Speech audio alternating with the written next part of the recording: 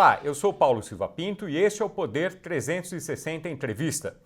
Estou aqui com o economista Luiz Carlos Bresser Pereira, professor de economia também, que foi ministro da Fazenda no governo Sarney e ministro da Administração e Reforma do Estado no governo de Fernando Henrique Cardoso. Professor Bresser Pereira, bem-vindo ao Poder 360. Muito obrigado. Estou aqui disponível para conversarmos. Vamos lá, temos muito o que conversar sobre a situação da economia brasileira. Vamos conversar sobre o que é possível num tempo aí de meia hora mais ou menos. Na sua avaliação, o governo deveria adotar medidas excepcionais para mitigar os efeitos econômicos da pandemia de coronavírus? Sem dúvida, quer dizer, nós estamos, na verdade, aqui no Brasil, nós estamos em duas crises. Nós temos a crise do coronavírus, né, que provocou pânico nas bolsas do mundo inteiro, inclusive na brasileira, mas nós temos, em cima disso, uma crise financeira crônica, que vem desde 2014 e que, ao invés de se supunha, veio a crise em 2014, depois ela se resolvia. Não, ela ficou crônica e se agravou, quer dizer, no governo Bolsonaro. Então, nós vemos, por exemplo, na última semana, enquanto que a Bolsa de Valores de Nova York caía 16%, a brasileira caiu 26%.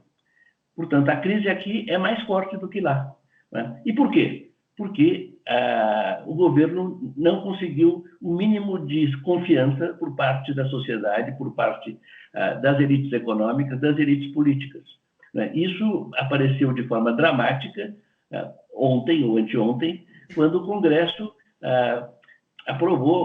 recusou o veto do presidente a um aumento no benefício continuado dos idosos. Uma coisa, 20 bilhões de reais sem receita, uma coisa realmente sem o menor sentido quando há governo. Mas nós estamos num problema em que o governo, propriamente dito, está muito fraco, muito sem capacidade de agir. Esse embate entre o Executivo e o Congresso, que não se mostra apenas nesse episódio do veto e do BPC, é uma coisa que atrapalha a recuperação econômica? Sem dúvida. Quer dizer, a ideia de que nós poderíamos ter um parlamentarismo branco que ganhou uma certa credibilidade quando o Maia conseguiu aprovar a reforma da Previdência. Isso foi uma beleza, né? Era o Congresso agindo enquanto que o Executivo ficava a reboque. Mas isso normalmente é impossível. Agora, por exemplo, nós estamos precisando de um forte apoio às verbas do Ministério da Saúde. Quer dizer, e o governo diz que não tem dinheiro e ainda por cima diz, e só dou as verbas se nós fizermos as reformas. As reformas são necessárias, mas não é um problema de curto prazo. Nós estamos agora com uma crise aguda e nós precisamos abordar o coronavírus no Brasil o mais cedo possível. Para isso, nós já sabemos o que é preciso fazer, né? O ministro da Saúde me parece que sabe o que tem que fazer, né? Mas nós estamos relativamente paralisados nisso. Além disso, há um outro problema, quer dizer, é preciso que haja uma expansão do crédito para as empresas, né? Porque as empresas vão entrar em dificuldades. Quer dizer, esse coronavírus representa uma crise, uma recessão a nível mundial, certamente, e vai atingir o Brasil também. Que outras, o senhor acha que medidas no sentido de ampliação do crédito são suficientes para mitigar os efeitos econômicos do coronavírus ou outras medidas seriam necessárias? Como o senhor vê isso? Então, a meu ver, quer dizer, o governo Bolsonaro, e já tinha acontecido com o governo Temer, e já tinha acontecido com o segundo governo Dilma, né?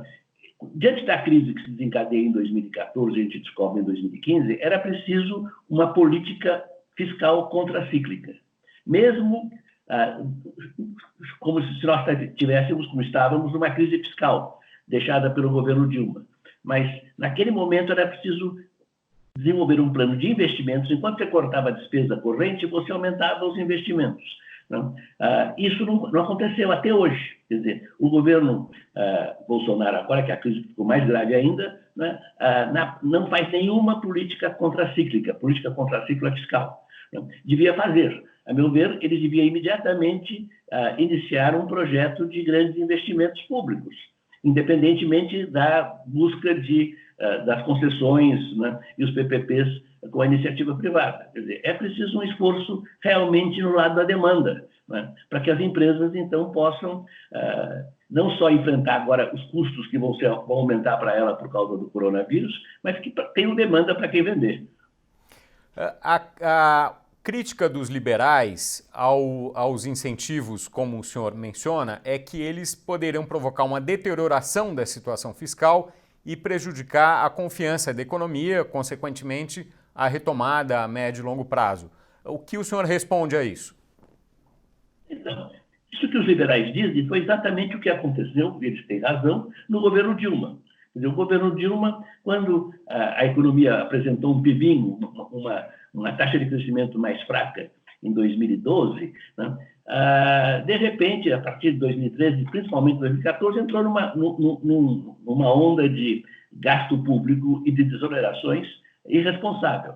Né? E realmente isso agravou a crise e não ajudou nada a você sair da crise, porque o que ajuda realmente a sair da crise é investimento, não é desoneração das empresas.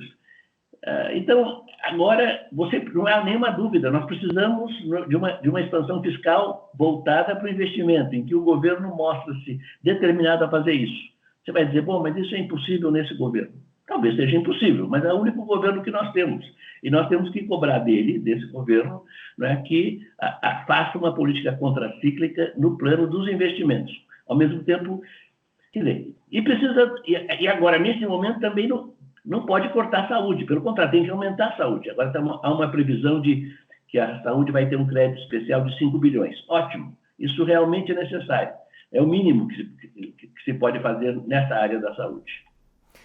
O senhor acha que é possível uma inflexão do governo no sentido de uma política que o senhor está propondo? Politicamente é viável isso?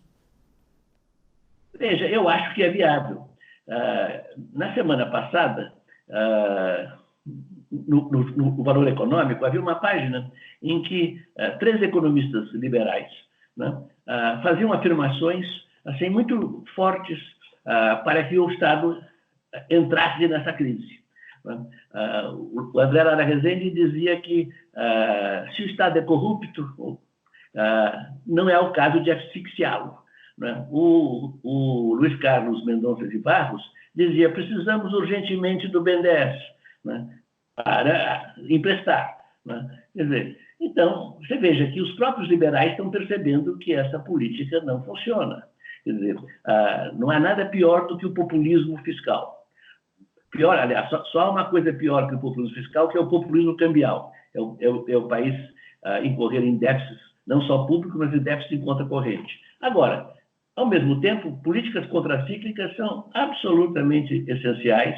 Quer dizer, lá nos Estados Unidos, né, está havendo agora uma cobrança do Trump, porque o Trump também está lá imobilizado, né, não fazendo o que devia fazer, né, para enfrentar essa crise. O senhor acha que seria possível elevar o déficit primário nessa condição atual? A que patamar? Tem uma estimativa em relação a isso, não? Não tenho.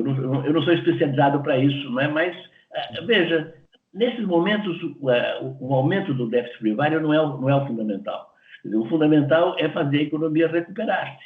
Quer dizer, agora não se trata mais de... Quer dizer, nós continuamos com desemprego altíssimo, então esse é um critério, mas agora nós temos, além do desemprego, pânico. E pânico, não é, forte na indústria brasileira, não é? Na economia brasileira, não na indústria brasileira. Então, o governo precisa se mostrar à altura disso. Tem hoje um artigo do Martin Wolf no Valor, né? Ele é do Financial Times, é um grande economista, a meu ver, e ele diz, olha, para que existe o Estado? É exatamente para enfrentar crises como esta. Isso é a primeira coisa. Claro, né? O Estado é um instrumento é uma instituição fundamental para nos dar um pouco de segurança num mundo que é muito instável, né, como é o mundo do mercado. O senhor mencionou dois pontos diferentes nessa questão do estímulo, tanto os investimentos públicos quanto o crédito às empresas. O senhor citou o BNDES, que foi citado pelo Luiz Carlos Mendonça de Barros. O que muita gente diz é que não há demanda das empresas nesse momento por crédito, quer dizer, elas não estão procurando, falta apetite para investir, na verdade. O que o senhor acha disso? Haveria demanda caso houvesse uma oferta maior de crédito? Então, o problema fundamental de curto prazo da economia brasileira, quer dizer, curto prazo que se estende desde 2015, é que não há demanda. Por quê? Porque o governo se retraiu fortemente, passou a gastar muito menos. Quer dizer, eu sou contra aumentar o gasto corrente do governo, exceto agora no caso da saúde devido ao coronavírus. Mas eu sou fortemente a favor, como eu tenho, de aumentar a demanda, o investimento público. Porque quando você aumenta o investimento público, você cria essa demanda que está faltando. Né? Agora, você vai dizer, mas é difícil para o governo aumentar esse investimento público porque ele não tem os projetos já prontos, ou porque ele não tem, precisa fazer licitações. Exato. Eu sei que é tudo difícil, mas o fato concreto é que se de repente você vê um governo que, né, se dispõe a agir fortemente também na área fiscal para enfrentar a crise, né, essa crise acaba sendo controlada. Certo. Quando o senhor o senhor fala de investimentos públicos, o senhor se refere basicamente a investimentos em infraestrutura, é isso? Fundamentalmente. Infraestrutura e também coisas mais simples do que como hospitais e escolas, né? Mas o fundamental é que o setor da infraestrutura é um setor em que o Estado deve estar sempre presente, né? Porque é um setor que não é competitivo e, portanto, o mercado não nos ajuda muito. E é um setor absolutamente fundamental para o desenvolvimento. Não há nenhum economista que eu conheça que não afirme fortemente que o Estado, né, diretamente ou através de concessões, deve ter um plano e agir fortemente na área da infraestrutura. Nós, há muito tempo, não temos um projeto sério de infraestrutura.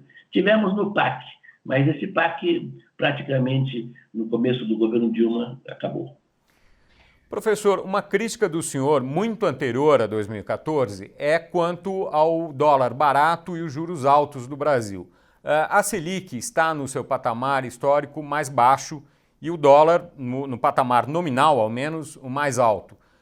Isso é uma coisa que vai ajudar as empresas? Sem dúvida ajuda. Quer dizer, a baixa da taxa de juros aconteceu fundamentalmente porque a recessão foi tão grande, a recuperação foi tão fraca, que o Banco Central foi obrigado a baixar os juros. Isso foi uma coisa muito boa.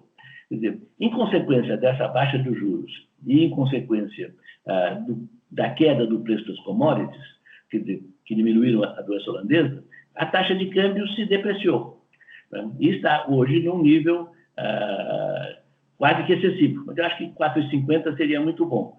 Nós acabamos de fazer uma série de cálculos que nos dão essa indicação.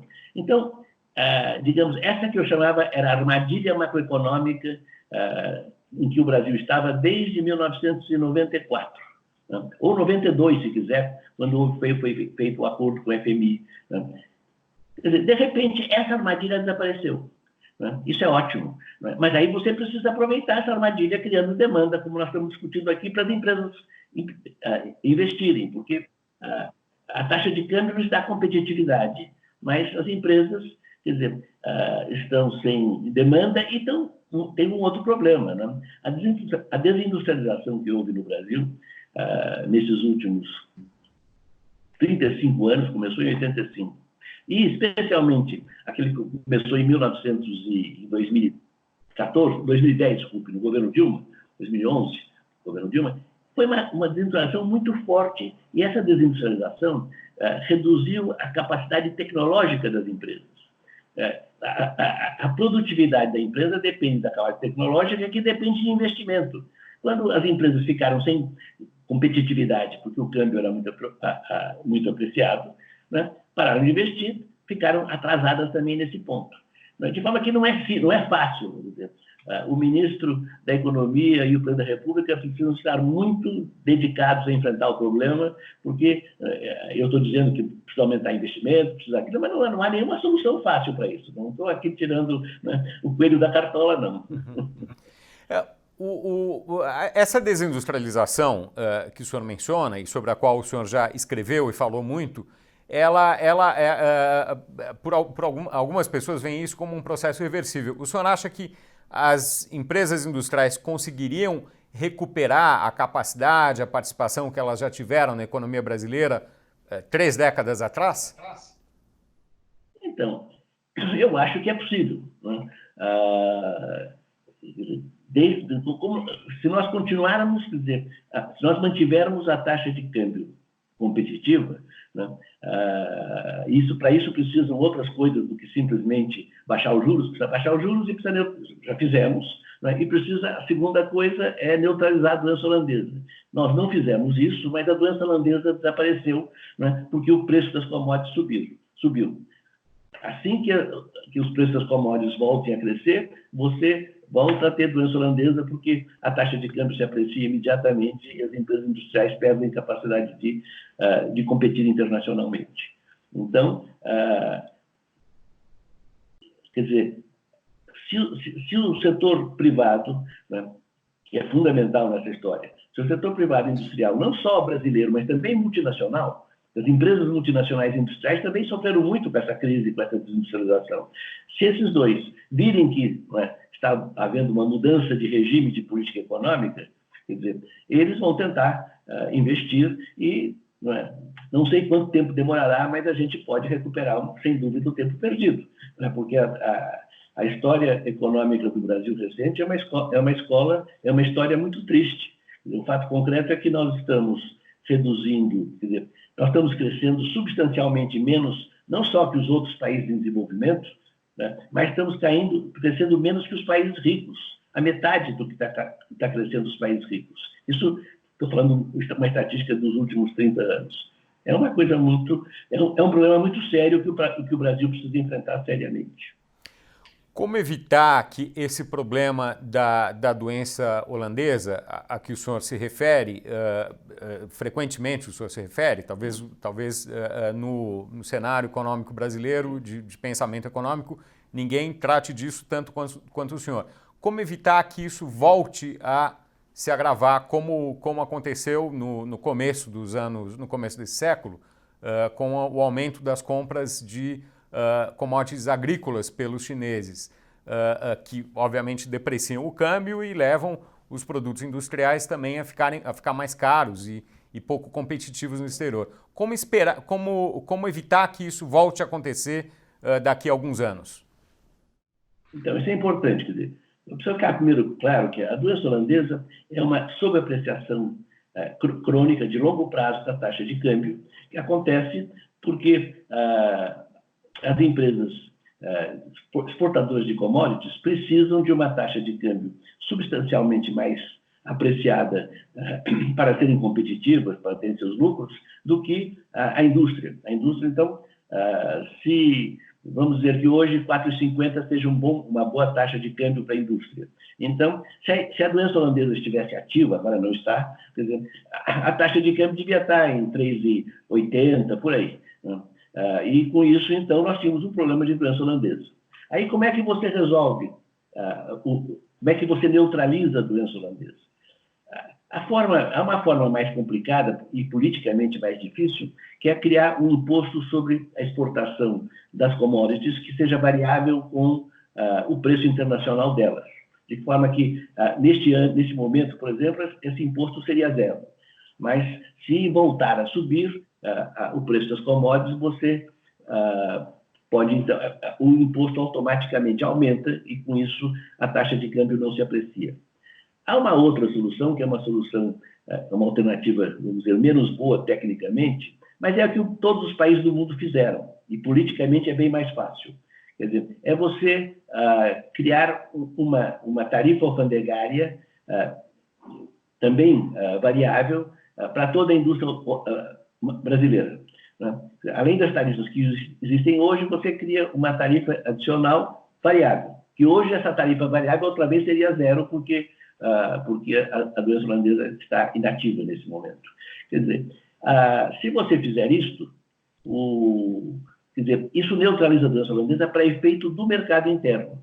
As empresas brasileiras ou multinacionais aqui instaladas não perdem o seu mercado para a concorrência de empresas de outros países, mas elas não conseguem exportar. Para exportar, seria preciso, aí isso é inviável do ponto de vista da OMC, seria preciso também criar, como nós tivemos entre 1967 e 1990, um subsídio à exportação de manufaturados. A solução a melhor solução técnica do seu ponto de vista é a primeira, que seria sobretaxar nessas situações, não agora, mas nessas situações, sobretaxar as exportações agrícolas. Certamente o agronegócio vai se opor fortemente a isso, não? Isso, esse é o problema. Por isso que eu resolvi dar mais ênfase a esta segunda. Não é a melhor alternativa, mas essa tem bem menos oposição.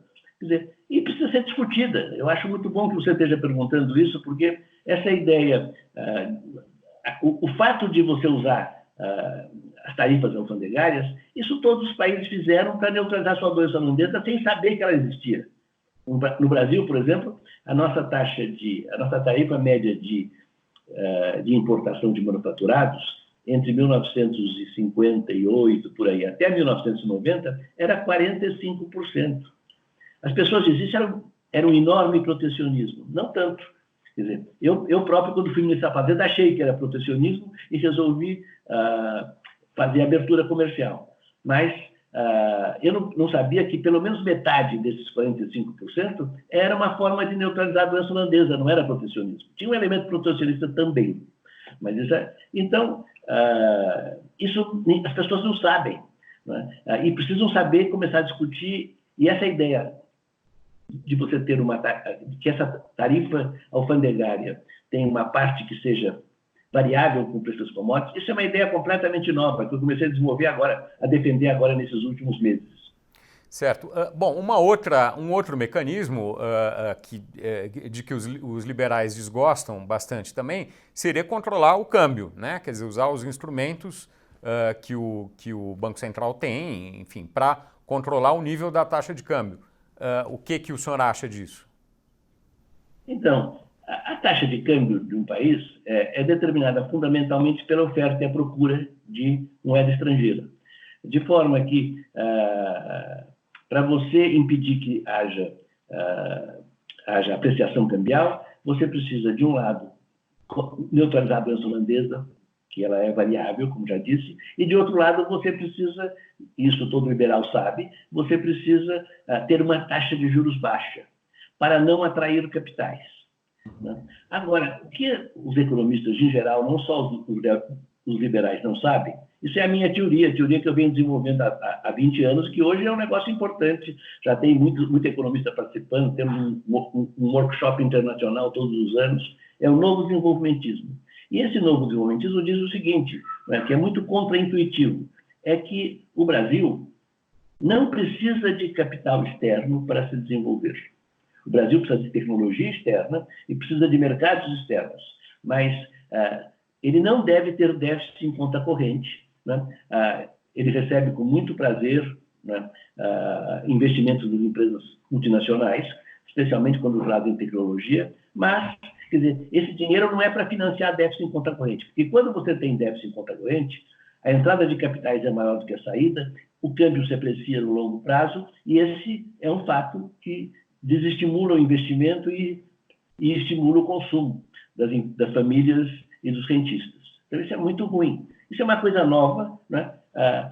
Nós queremos só controlar o câmbio através de juros baixos, não resolve. Né? Claro que devemos ter uma política de juros baixos, porque não devemos ter uma política de juros para atrair capitais. Isso é um absurdo, de acordo com essa teoria. Você veja, por exemplo, o país que mais se desenvolveu no mundo, o episódio mais extraordinário de desenvolvimento econômico de todos os tempos foi a China. A China, nesses últimos 40 anos, deve ter crescido a uma taxa média de 8%, 8,5% ao ano. Né? Nesse período, ela usou capital estrangeiro? Nada. Usou multinacionais que entraram lá, mas isso é outra coisa, usou tecnologia. Mas desses 40 anos, só 3 anos ela teve um déficit de conta corrente, que foi pequeno. De um modo geral, teve enormes superávites, né? Tanto assim que o que ele fez com esses superávites? Aumentou suas reservas e depois comprou títulos do Tesouro Americano e outros títulos, e depois fez investimentos diretos nos outros países, que está fazendo. Mas tudo isso é ótimo e fundamentalmente, ela não deixou que a sua taxa de câmbio se apreciasse, né? E isso é muito importante. Na China, os empresários sabem que o governo vai garantir os 5 preços macroeconômicos certos. Isso também é uma coisa muito nova do novo desenvolvimentismo. Quais são os 5 preços certos? Os 5 preços são a taxa de juros, certo, quer dizer, deve ser relativamente baixa, o nível dela em torno do qual o Banco Central faz a sua política monetária. A taxa de câmbio deve tornar competitivas as empresas industriais que utilizam a melhor tecnologia existente no mundo. Certo? A taxa de salários deve crescer com a produtividade, não deve crescer mais que a produtividade e reduzir os lucros das empresas. A taxa de lucros deve ser satisfatória para as empresas investirem. E a taxa de inflação deve ser muito baixa. Para isso, você tem que ter responsabilidade fiscal e tem que ter, né, equilíbrio ou superávit quando o país tem influência holandesa da conta corrente do país, da conta externa. Quer dizer, então, esse é um esquema que,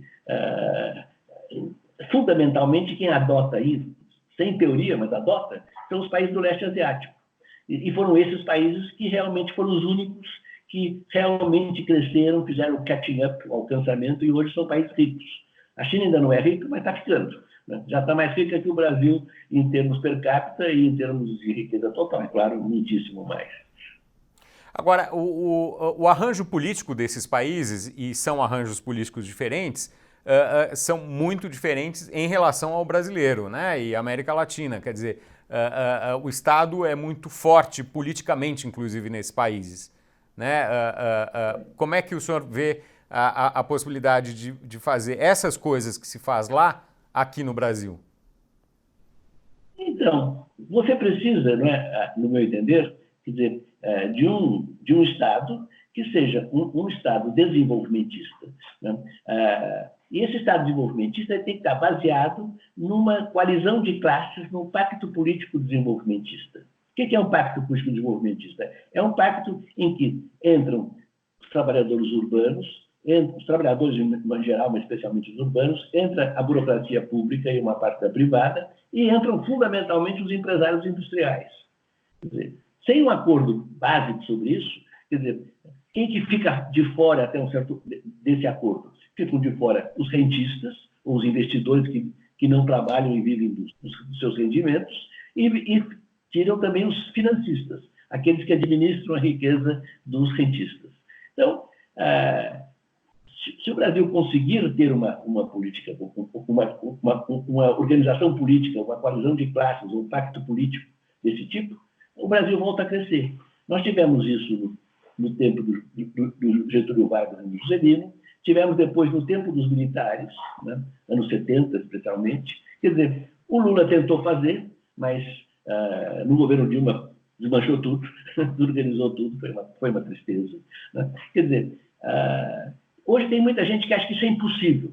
Bom, se isso é impossível, o Brasil é impossível. Quer dizer, ou seja, o Brasil vai ficar condenado a ter elites absolutamente alienadas, que se identificam mais com os Estados Unidos e Portugal do que com o próprio Brasil, com o seu povo, né? E isso é uma coisa muito triste. O senhor foi ministro da Administração e Reforma do Estado. O governo tem falado de uma possível reforma administrativa, cujo formato não foi ainda finalizado, mas as intenções foram mais ou menos apresentadas. O que o senhor acha dessas intenções de reforma administrativa? A ideia mais importante, a meu ver, é ter trabalho temporário por 10 anos, até 10 anos. Quer dizer, ou seja, você poder admitir pessoas para fazer trabalhos relativamente simples dentro do Estado, como, por exemplo, o atendimento nos postos de INSS, que não virem servidores públicos, né, concursados e estáveis. Isso é bom, portanto? Isso é bom. Isso eu acho bom. Eu defendo essa ideia. Quer dizer, a reforma que o governo faz, às vezes, fica radical demais e é fundamentalmente uma reforma fiscal. Né? Mas esse ponto é bom e a gente precisa realmente avançar nisso, né? Porque eu sou um desenvolvimentista, então eu defendo que o Estado deve ter uma intervenção moderada na economia. Mas essa intervenção é fundamental, deve intervir nos setores que não são competitivos, principalmente a infraestrutura, e deve intervir na macroeconomia, porque definitivamente o mercado é incapaz de manter equilibrados esses 5 preços macroeconômicos a que eu me referi. Então, essa é uma coisa. Agora, para esse governo realizar a sua função, quer dizer, ele precisa ter um Estado capaz, precisa ter uma burocracia pública capaz, precisa ter, né, políticos de bom nível. Isto quer dizer, porque o Estado são 2 instituições que coordenam o capitalismo. Uma instituição chama-se mercado e a outra chama Estado. O Estado é, para cada nação, o seu instrumento de ação coletiva fundamental. Os grandes objetivos políticos que nós temos, que as sociedades modernas definiram para si próprias, a ordem, a justiça, a liberdade individual, o desenvolvimento econômico, o bem-estar material, a justiça social e a proteção do ambiente, esses são os 5 objetivos historicamente definidos. Quer dizer, o instrumento para nós conseguirmos atingir esses objetivos é sempre o Estado. É uma nação que se organiza, né, e constrói e mantém o seu Estado ativo e usa naturalmente o mercado sempre que possível, porque para o setor competitivo o mercado é sempre melhor do que o Estado. Agora, uma crítica liberal é de que desde a redemocratização, desde 85, portanto, o Estado cresceu muito no Brasil. O senhor concorda com isso? Cresceu excessivamente, na verdade. Cresceu, mas não cresceu excessivamente. Quer dizer, o que aconteceu? O Estado a carga tributária brasileira, em 1985, era aproximadamente 22%. E hoje é perto de 34%. Não? Então, houve um aumento de uns 50%, mais ou menos. Uhum. Esse dinheiro, por que houve esse aumento? Isso foi um grande acordo que foi feito entre 1980 e 85, no quadro do pacto político que levou às diretas já e à transição política para a democracia. Naquela época, eu participei bastante disso, eu via isso acontecer, né? Se dizia o seguinte: estamos fazendo aqui um grande acordo e tem 2 pontos fundamentais. Nós vamos restabelecer a democracia, era o objetivo primeiro. Mas, segundo, nós vamos diminuir a desigualdade. E como é que a gente vai diminuir a desigualdade, que é muito grave aqui no Brasil? Nós vamos diminuir aumentando o gasto social do Estado, na educação e na saúde. E foi isso que foi feito. Houve uma distorção nesse processo. Qual foi a distorção? É que também se gastou muito mais o Estado onde não precisava, que foi nos juros. Né? O Banco Central, desde 92, né, vem mantendo juros muito altos, né, que não se justificam de forma nenhuma. Há 2 explicações para elas. Uma são os interesses dos próprios rentistas e financistas, e a outra é que eles queriam crescer com poupança externa, né, no qual eu sou muito crítico. Então, queriam atrair capitais. Né. Já vimos que a atração de capitais acaba financiando o consumo e não financiando o investimento, e, portanto, né, precisamos de um bom Estado, né, e precisamos, né, de uma economia sadia, né, uma economia sadia em que haja responsabilidade fiscal e responsabilidade cambial. Né. Os liberais muitas vezes nem sabem o que é responsabilidade cambial, acham que déficit contracorrente é coisa boa. É uma loucura completa isso. Uhum. Professor, qual a necessidade de uma reforma tributária? É necessária? Olha, na verdade o Brasil precisava de 2 reformas tributárias. Primeiro, precisa essa reforma que está aí na Câmara dos Deputados e no Senado. O Bernard Api, né, o meu velho conhecido, é amigo e colega dos meus filhos, né? É um notável economista, fez um maravilhoso projeto, né, de reforma para resolver fundamentalmente o problema do IVA, do Imposto sobre Valor Adicionado. Isso é uma coisa que nós estamos tentando fazer há mais de 20 anos e não se consegue, e agora nós temos um bom projeto. O projeto da Câmara também é muito bom, dá para fundir, estão falando em fundir, então tem que fazer isso logo. Agora, isso vai tornar o pagamento de impostos mais racional, vai aumentar um pouco os impostos dos serviços, o que é necessário e razoável, não vai criar nenhum problema para o setor de serviços. Agora, depois disso é preciso pensar numa segunda reforma, né, que é a reforma para tornar, quer dizer, os impostos mais progressivos, né?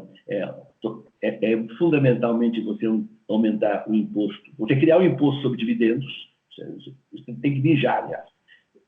É você fazer um imposto de renda mais progressivo, com uma alíquota máxima maior, e você criar um imposto de soberanças mais razoável. O nosso imposto sobre heranças é ridículo. Certo. Já finalizando aqui, professor, de modo mais amplo, qual a sua avaliação da política econômica do atual governo? Obviamente o senhor já falou várias coisas aí ao longo da entrevista, mas o senhor deseja destacar alguma coisa não mencionada? Não, eu acho que é um mau governo, né?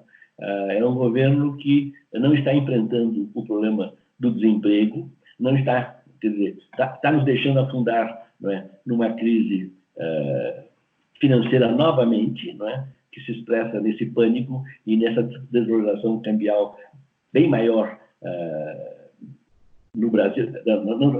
Essa queda no preço das ações bem maior no Brasil do que nos outros países, 26 contra 16%, é grande a diferença.